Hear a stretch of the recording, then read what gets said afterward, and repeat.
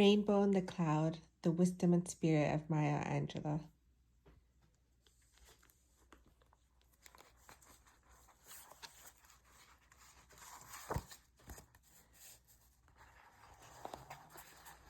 Art and Literature.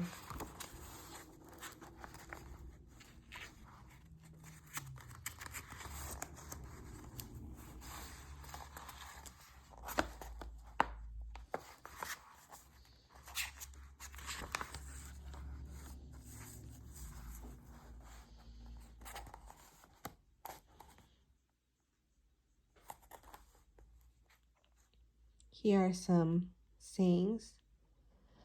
All great artists draw from the same resource, the human heart. A second one, art was the flower of life, and despite the years of ill treatment, Black artists were among its most glorious blossoms. Cooking is like writing poetry. Be careful in the choice of your ingredients and respectful of how they work together. That's true of all efforts in life. Every experience shapes your writing. Being stuck in a car on a lonely bridge or dancing at a prom, being the girl on the beach, all those things influence your life. They influence how you write and the topics you choose to write about.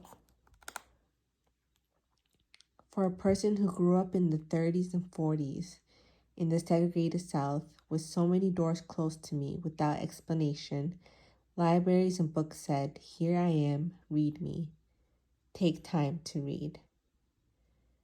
I knew the words despite the old saying, "Never fail," and my reading had given me words to spare.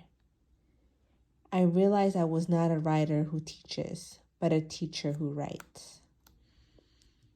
I've had people explain to me what one of my poems meant, and I've been surprised that it meant that to them.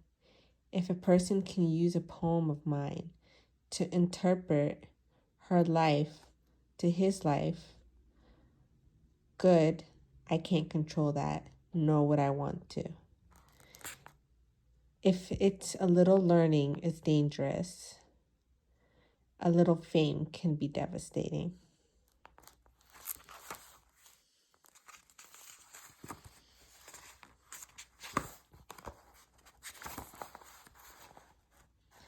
Let me tell you so much truth. I want to tell you the truth in my work. The truth will lead me to the light.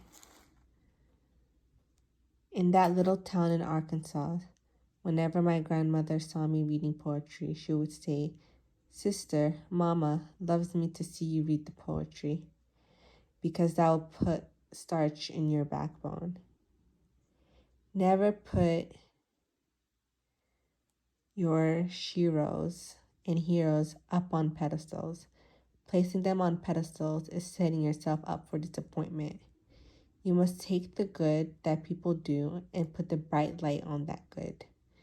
But human beings can never withstand such light without showing their shadows and warts. All mortals have their shortcomings and weaknesses. Their skills and deeds are what we must applaud. Don't fall victim to the cult of personality. Only poets care about what happened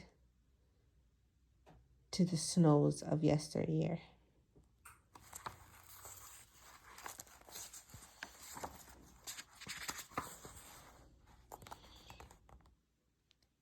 Some entertainers have tried to make art of their coarseness, but in their public crudeness, they have merely revealed their own vast senses of personal inferiority. When they heap mud upon themselves and allow their tongues to wag with vulgarity, they expose their belief that they are not worth loving and, in fact, are unlovable. There are going to be a storm, and it was a perfect night for rereading Jane Eyre. We must be suspicious of censors who say they mean to prohibit our art for our own welfare. Without the presence of art in our lives, we are capable of engaging in heartless activities without remorse and cruelties, with clear consciousness. There is no greater agony than bearing an untold story inside you.